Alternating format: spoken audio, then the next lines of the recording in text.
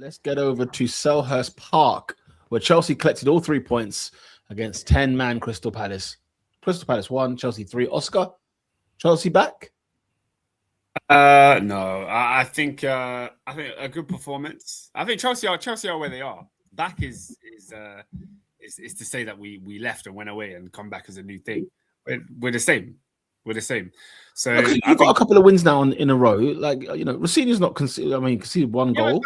No. I think what I mean is throughout the season, that's how we've been. We get a couple wins, and then we have a couple bad results, and then we have a couple wins. So that's how we kind of keep afloat. Mm-hmm. So it's brilliant. It's brilliant. I think this game was just a pure show of X factor in the final third. Do you know what I mean? Chelsea weren't particularly amazing in terms of build up, and Palace are going for a rough moment as a side. So we're very lucky to sort that out.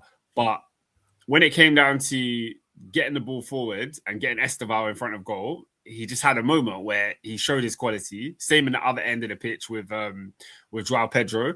So it's like we had two opportunities where the players just actually did what was asked of them. Do you know what I mean? We were talking before about the ingenuity of Arsenal's front three and how for a lot of the time, you know, it's kind of static and they're not taking any risks and they're being safe. I think under Liam Rosenior, it does feel like the players aren't as restricted. I think Gusto came out in an interview and basically said that, like, they asked him what the difference is playing under Rosenior, and he's like, "Yeah, I can go where I want." apparently under Maresca, it was like, "No, you run straight, you do this, you do." Like under Maresca, our fullbacks never overlapped. They never overlapped the wing. They never went beyond where the winger was. It was just like a rule. Whereas now we're starting to see Reece James on Saturday was overlapping Esteval, which is like, raw. We haven't seen Reece James run in like 3 years. Yeah. But he was running. So, but then you have to be careful. That's exactly what it is. The one thing is, say what you want about Maresca, the best thing he did was keep Reece James playing football for a long period of time. So, you know, Reece James is having his best season at Chelsea, probably because he's playing every week. And that needs to remain. Isn't it? We have to see that career blossom. We have to see that player play to all the ability that he can be. But yeah, like not much for me to change my opinion on Chelsea at all. I'm still a bit disillusioned with the whole thing. You know what I mean? I think Rosenior can win a couple games and it can look nice. But equally, he could lose 3 games and get sacked. Like it's so volatile at Chelsea that it's hard to fully invest. One of the things that annoyed me is that we're 3-0 up at Selhurst Park. You're thinking they get a red card. Let's run up that score. Let's get 4. Let's get 5. How do they get a red card and then we go and concede and we're on the back foot when we had 10 men. We were on the back foot the whole game. Sanchez made like 5 saves when they had 10 men. I said, what the heck is wrong with this club? What the hell is wrong with these players? Like, you should have patterned up and won that game and really, obviously I wanted that because I had flipping Chelsea players in my fantasy team. But generally, we should have run up the score on them. We should have kept a clean sheet for sure. So still those little annoying things that when you're playing against good teams, they're just going to come up to bite you. This week, we've got Napoli in the Champions League and it is a must-win game for us. Because, yeah, big one. Away as well. Away. Ooh. So now we're going to see. Like, that's what we call a baptism. That is. Like Liam Rosenior, what are you really saying? Because what are you saying, like Champions League? Enzo's fit. Reece is fit. Palmer, we don't know. But the players are there to. You have more than enough players available to put in a performance. Because against Arsenal, we couldn't really see what Rosenior was about. He kind of just had to make do with who was fit. But this game. Go out there and show us what your tactics are in these big games. Show us how you manage a Champions League away leg. What are you really on?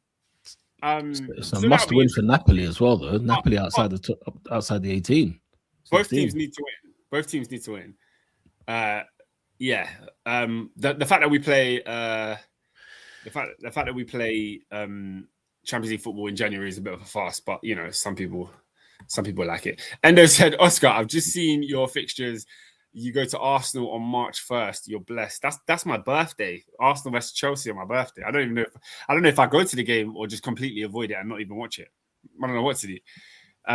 You'll be in the away end, mate, getting ejected for drunk and disorderly. Yeah, it's at the Emirates. Wow. Yeah, it's at the Emirates. I should probably go there. Why? Because it's at the Emirates. No, just because it's an away day, isn't it? It's way more of an event than a home game. Just behave yourself, mate. Just behave yourself. Yeah. Yeah, man. I don't have much to say on Chelsea. I'll be real. Like, I haven't seen enough of Rosenior to fully have my stamp on who he is as a manager. I feel like he's got some decent players and he's beaten a couple teams that have worse players in Brentford and Palace. They got over the line in both those games. So Napoli, show me something. Liam, show me something. Fair enough. Anything on this game? Is there any comments or anything else anyone got with the Palace and Chelsea of it all? Bro, the way Esteval cooked Tyreek Mitchell was crazy. That was Benny the Butcher stuff. It was. Do you know what? Yeah. Oh wow. Yeah. Do you know what? Yeah, he's really good, man.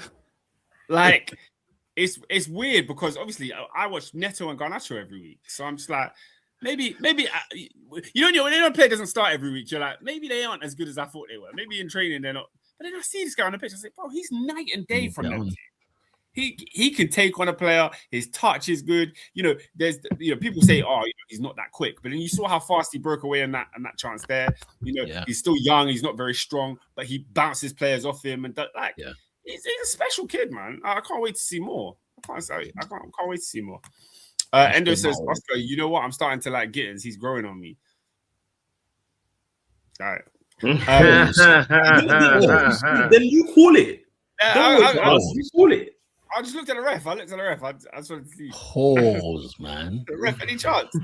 Yeah, but like Gittins, again, like shout out to him, innit? Like, but do show me, like, do something. Like, what? I can't. Like, he's growing on me. Is like you're saying like, oh, you lot chill, man. It's mad.